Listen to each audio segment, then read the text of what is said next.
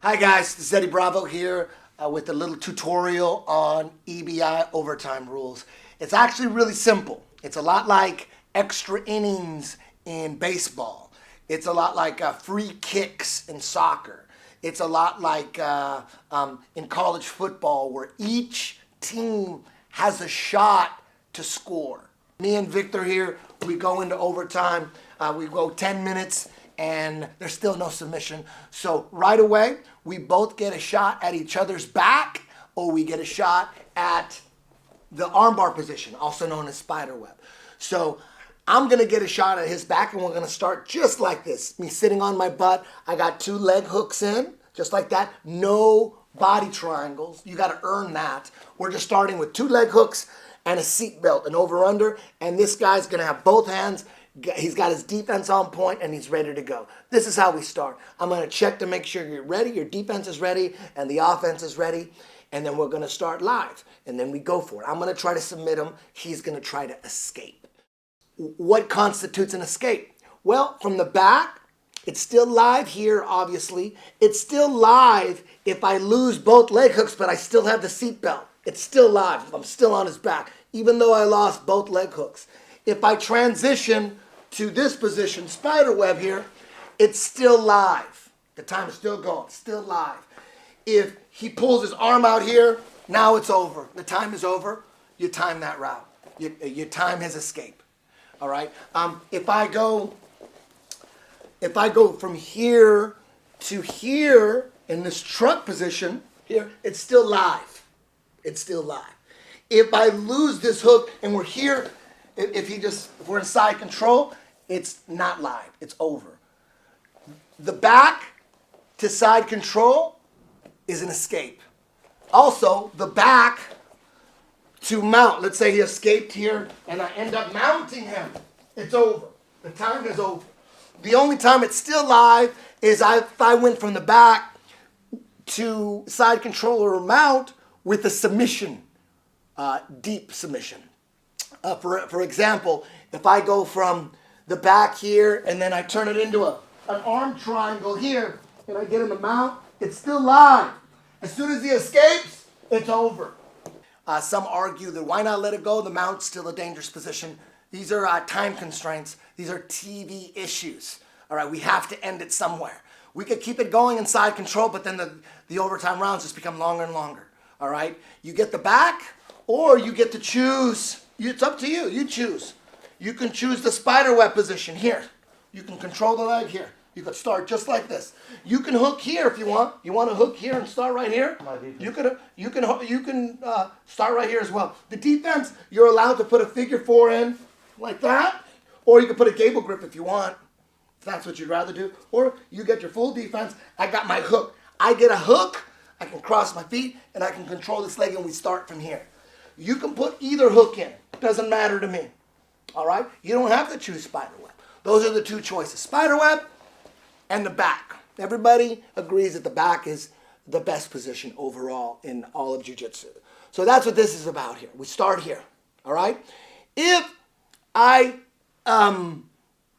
start in spider web here and I end up switching to a leg lock position here, it's still live.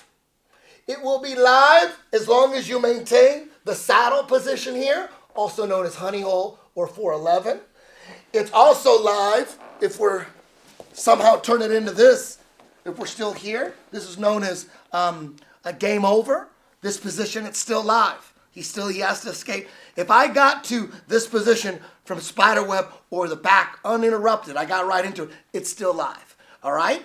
Remember, it's only live if I continue to have the seatbelt in. All right? Once I have double underhooks here, it's over. If you have double underhooks and you don't have hooks, it's over. All right?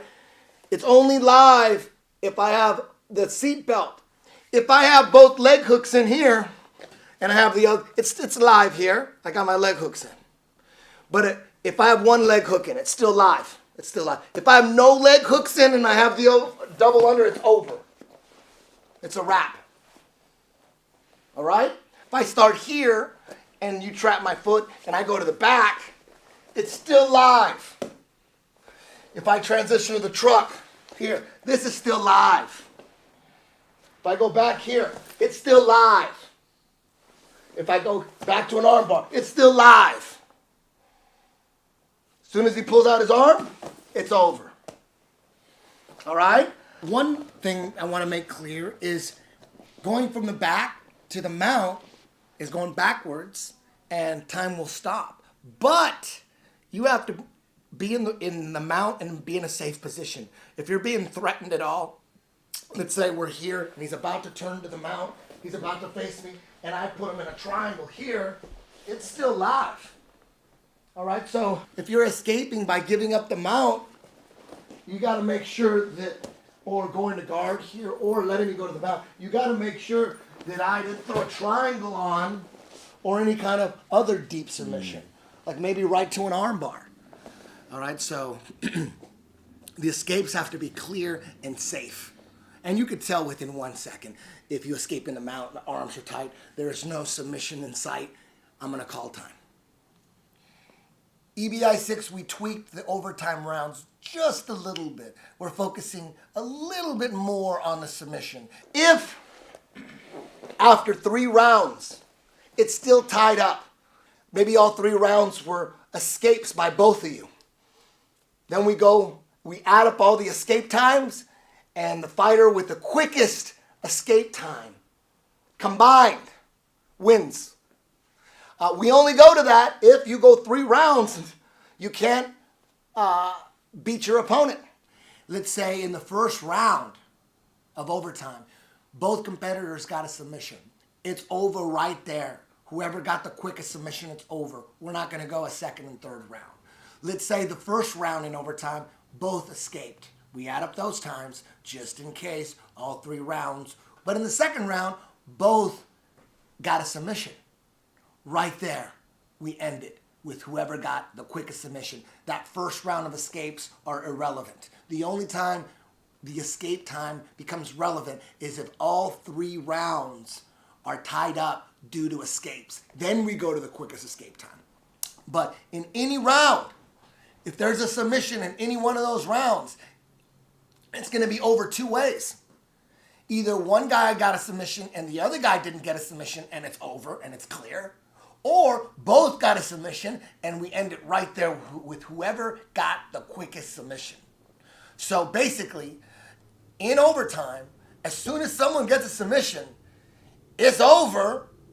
We're going to find out right there. Either they both got a submission in any particular round, and we go with the quickest submission. That's the winner, and we end it right there. The other rounds don't matter. Or both got a submission, and we go with the quickest submission in that round, and it's over.